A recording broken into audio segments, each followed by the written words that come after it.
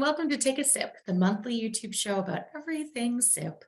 My name is Meaghan Morris. I'm the Senior Programs Associate over in the SIP office, and today I am joined by two very familiar faces. It's none other than our SIP Programs Coordinator, Sam Kayuha and Ben Baylon. How's it going, you two?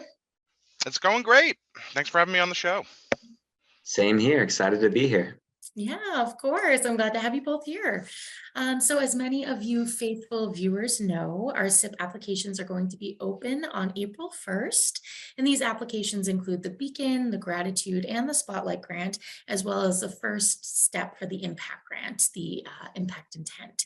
So, each of these grants have their own guidelines. So, we thought we could give you, a quick crash course on today's Take a Sip episode. Yeah, our first grant and the most flexible grant is the Gratitude Grant. The Gratitude Grant is the ENF's way of saying thank you to every lodge that meets the GER's per member giving goal for giving to the ENF.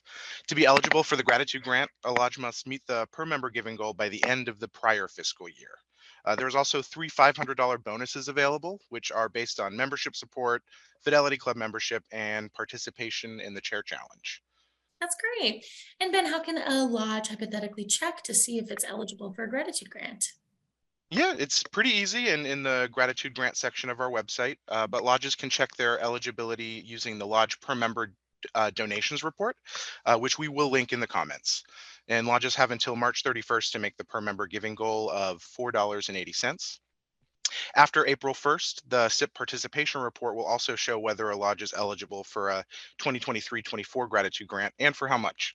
If you think your lodge will qualify for one or more of the gratitude grant bonuses, but it isn't shown yet, we suggest waiting to apply until the 2022-23 fiscal year has officially closed, which usually happens in May.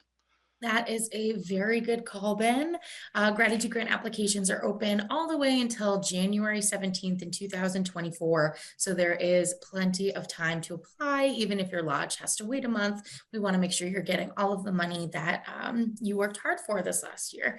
So, Ben, you mentioned that the gratitude grant is the most flexible grant that we have. What kind of Mhm. programs and projects can it be used for?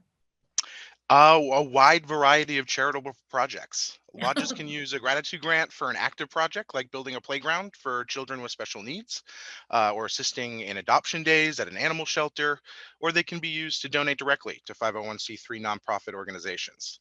And gratitude grants can also be split among multiple projects. So the possibilities to help your community are truly endless.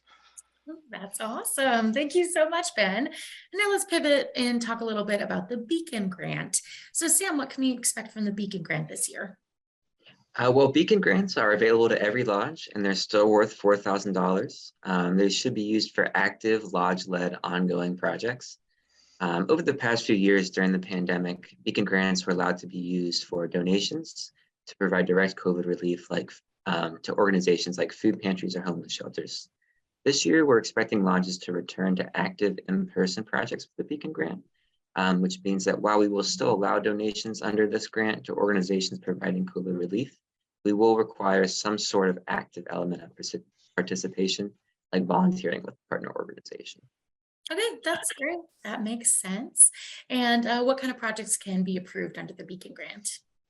Well, the Beacon grant can focus on any population in need in the local community. These can be families that are under-resourced, veterans struggling with mental illness, or individuals with disabilities, among many others. In addition to the types of donations I explained, active projects can range from assisting foster children who are aging out of the system with items and resources for new homes, to projects like starting a community garden. Beacon grants can also be split between two projects. Okay, great.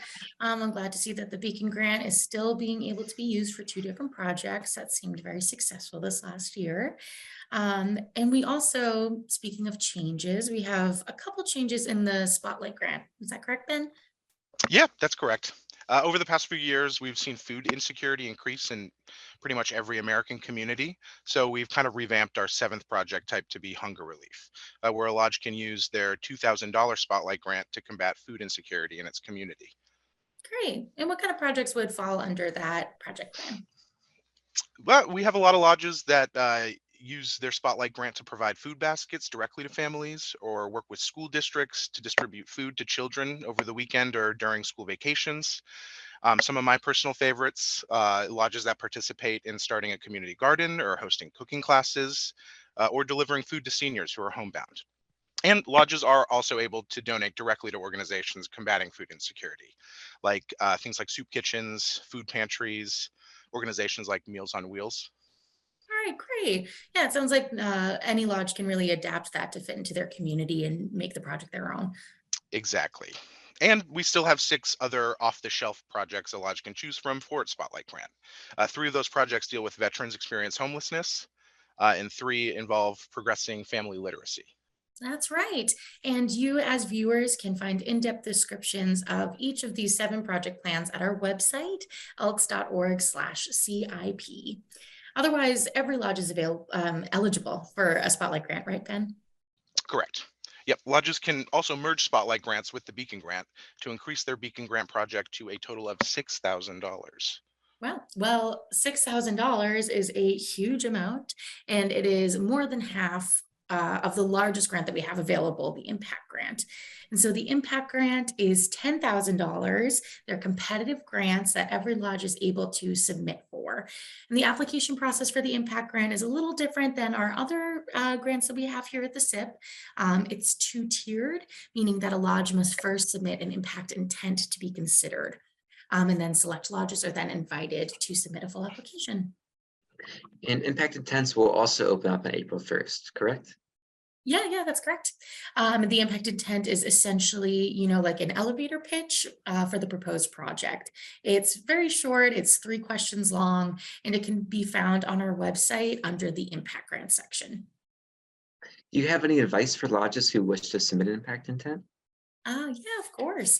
For impact grants, what we're looking for are for large scale ongoing projects that the lodge itself spearheads and that really tackles a niche issue facing your community. And you know your community's best, and so you would know the projects that would work really well for your community. And so really the best advice that I can offer you is to just contact me directly or any of our CIP staff and before you submit an impact intent, because impact intents can't be edited once they're submitted. So if you message us beforehand, send us what you're planning on submitting, I can give it a read over and give you, direct recommendations to help you shape your project. And Impact Intents are not due until August 15th, so you still have plenty of time to devise a project with the lodge and reach out to us for any personalized advice. Exactly. And we want to see the best projects possible, so we are always happy to help. But that's pretty much it for a really quick crash course on everything we have going on leading up to April 1st.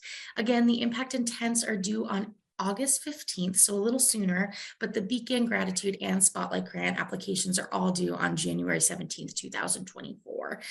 We hope to see every lodge apply for grants, so even if you have the smallest idea on how to help your community, give us a call or just submit an application.